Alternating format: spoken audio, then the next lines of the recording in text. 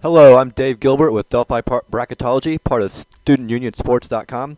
Welcome to Week 3 of Extra Points. I am joined by Delphi Bracketology seniors Jensen Reef and Daniel Jakes this week. Even though this week's games didn't have the sexy matchups of Week 1, they didn't fail to disappoint. Let's turn it over to Jesse Scowden and Carson Noonkester for a week in review. Thanks, Mr. Gilby. This weekend was a great weekend to sit back, relax, and watch some good old-style football.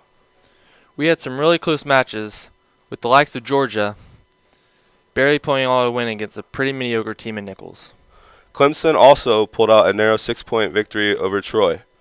We also saw some crazy finishes to games in Week 2.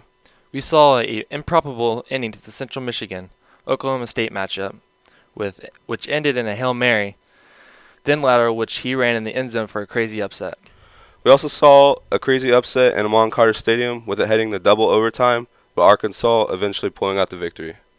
We saw the powerhouses on cruise control, with beatdowns all across the land. We saw Louisville absolutely dominate the Orange. We also saw the Seminoles with a beatdown over Charleston Southern 52-8. Back to you, Mr. Gilby. Thanks, guys. That is why college football is so great. Just when you think you've seen everything, you see a Hail Mary lateral for a touchdown on a play that shouldn't have even happened, and then you see a double reverse throwback to a quarterback for a 2-point conversion to tie the game late in the game. And now we will send it over to our own Cole Rickles for our hot and cold session of the week. Thanks, Dave. Senior Cole Rickles here with your hot and cold segment of the week. We're going to start out here with Lamar Jackson and Louisville. I mean, this team, they're on fire. I mean, they've had two pretty easy games so far, but Lamar Jackson has 13 touchdowns. There's no getting around it here. It is hotter than a double date between Sam Ponder and Aaron Andrews. I mean, let's go. All right, back here with the cold segment of the week. Who will be featured here? It's the referees from the Central Michigan versus Oklahoma State game. There was a misconception with the intentional grounding. There's no getting around it here. These refs are dumber than a 5-pound sack of stupid, okay? Oklahoma State should have came out of there with the win as time expired. I mean, what are we going to do about this, fellas? Thanks, Cole. Let's go ahead and get to our games now. Our first matchup this week pits the Pac-12 versus the Big Ten, with Oregon traveling to Nebraska. Both teams are a perfect 2-0, albeit against lesser competition, so this is the first real test for both teams. Nebraska coach Mike Riley is used to seeing the Ducks, as he used to be the coach for Oregon State. What do you think, guys? Daniel? You're certainly right as to they haven't played up to their competition, but they have no shortage of offense, as Oregon's averaging 48.5 points per game, while Nebraska's averaging 47.5. The game really comes down to who can come up with a defensive stop. Jensen? I'd have to say Oregon's got a strong offense season. Overall, they're a pretty solid team. You know, they got a bunch of fast guys on the team, a lot of high recruits. Definitely one to watch for. I don't think Nebraska really is going to put up a good fight is what we think. All right, our next matchup takes us to the Pac-12 as USC travels to Stanford. The Trojans were embarrassed in Week 1 by Alabama, so they're going to be looking for a little redemption as they travel to Palo Alto. What do you think, Daniel? I think USC is still trying to wipe away the disgrace that Alabama put down on them Week 1. I just don't see USC being able to contain Christian McCaffrey. I think Stanford definitely has the upper hand in this game between USC. Stanford has got a stronger offense, and USC, like Daniel said, is still trying to come back from last week's game. Our next game features a matchup of two top 10 teams in the ACC as Florida State visits Louisville. ESPN's College Game Day will be making its first ever visit to Louisville, so the place will be rocking. Even Louisville's mayor, Greg Fisher, is pumped about the game day visit as he tweeted out his excitement on Sunday. What are your thoughts, Daniel? I don't think a team's off to a hotter start than Louisville and Lamar Jackson. Jackson leads his team with 697 passing yards and 7 TDs and rushing for 318 yards and 6 touchdowns. I don't see a team being able to contain that hot of a start. Jensen? I agree with Daniel, but unfortunately I'm going to have to go with Florida State on this one. I just see them being not the upper hand, but the better team on this game. And so I think they're going to be at least up by a touchdown. It is now time for our tailgating tip of the week. This week's tip will be brought to you by TJ Nelson. What do you have for us, TJ? Thanks, Gilbert. This week I'm going to talk to you guys about using the John. You got to be smart when you're taking your number twos. You got to make sure you eat light before the game or know when to use the restroom before the kickoff starts. And it also helps to carry an extra roll of Charmin with you. Thanks, guys. Thanks, TJ. It's always good to keep yourself out of a messy situation on game days. We will now take a look at our next set of games. Our next matchup pits two old rivals just a couple hours apart as Michigan State travels to Notre Dame to take on the Fighting Irish. The Spartans looked very lackluster in their Week 1 game against FCS opponent Furman. Were they caught looking ahead to Notre Dame already? They do traditionally play the Irish pretty tough. Notre Dame bounced back after a tough Week 1 loss at Texas to defeat Nevada last week. What are your thoughts, Daniel? I think Michigan State's well known for gutting out gritty victories, and if they want to have a chance at winning this game, they've got to do that again. Jensen? Both teams are very strong on the offensive end and defensive end. It'll be definitely one matchup that we'll all be looking forward to watch. Our next matchup is a matchup of two storied programs as Ohio State travels to Norman, Oklahoma to take on the Sooners. Ohio State's offense has been very prolific in two games against weak competition. Oklahoma faces a must-win situation if they want to have any chance at the BCS playoffs at the end of the season. What do you think, Daniel? I think Ohio State's second in the country in points per game, scoring 62.5, tied third in points allowed with 6.5. OSU also has 6 interceptions, returned for 3 touchdowns. I just don't think that Oklahoma. I don't think it'll be a pretty one. Jensen? I'm going to go with Daniel on this one. I don't see Oklahoma really standing a chance against the Buckeyes this week. So my thoughts are with OSU on this one. It's now time for our Heisman Watch. It looks like we have a new Heisman hopeful this week. Let's send it over to Marcus Austin for the list this week. Thanks, Gilby. Marcus Austin here for Week 3 of the Heisman Watch. Coming in 5th, we have Leonard Fournette from LSU. Him and his buddy Nick Chubb from Georgia are hanging in there from last week. Not a whole lot of change since then. Coming in 4th, we have Dalvin Cook from Florida State. He's not doing too bad himself. Coming in 3rd, we have J.T. Barrett from Ohio State. And not surprisingly, number 2 this week is Lamar Jackson from Louisville. 13 touchdowns in 2 games. That's pretty impressive if you ask me. And then overall, we have number 1, Christian McCaffrey from Stanford, the runner-up from last year. And I think it's going to be hard to dethrone him from his top spot. Back to you guys in the studio. Thanks, Marcus. Now it's time for our game of the week. This week we head to Oxford, Mississippi for an SEC West showdown between the Alabama Crimson Tide and the Ole Miss Rebels.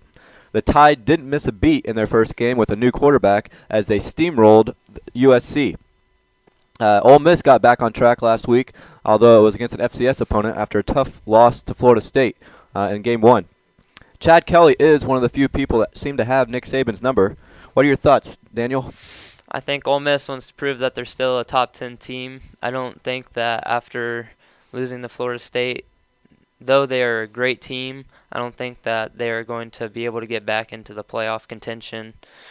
They still want to – Alabama's still cream of the crop, and to get back into playoff contention, I think they certainly have to win this game. All right, Jensen? Ole Miss is not one team to overlook, in my personal opinion. As you can tell by the last game against Florida, or not their last game against Florida State, but when they did play Florida State, it was a really close game. And if they, would have showed a little bit more effort, I think they would have had it. But Alabama, they're just one of the top dogs in this situation. They're going to be a tough team to stop. That brings us to our tradition this week. This week we have Brian Tonsoni telling us about the Grove at Ole Miss. Let's send it over to you, Brian. Thanks, guys. It's an honor today to bring you the tradition of the week, and it is at the University of Mississippi, a place called the Grove.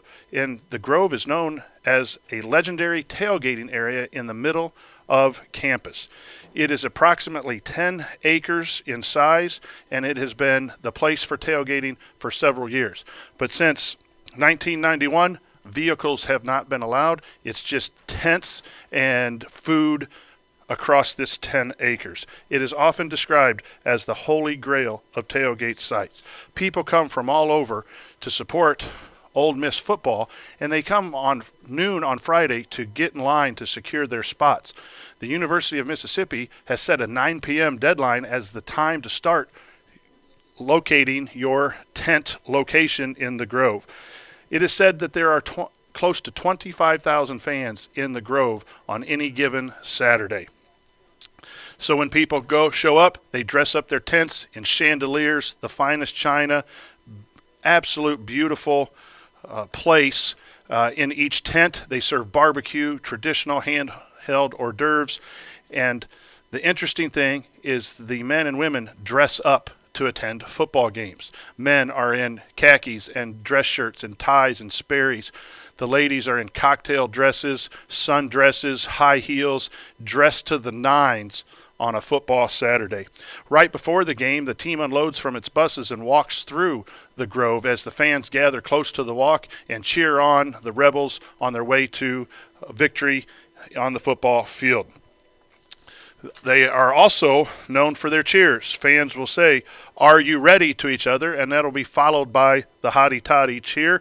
There are two versions, one for adults and one for the younger Ole Miss fans. Hotty toddy, gosh almighty, who are we? Hey, flim flam, bim bam, old yes, yes ma'am, Ole Miss, yes ma'am.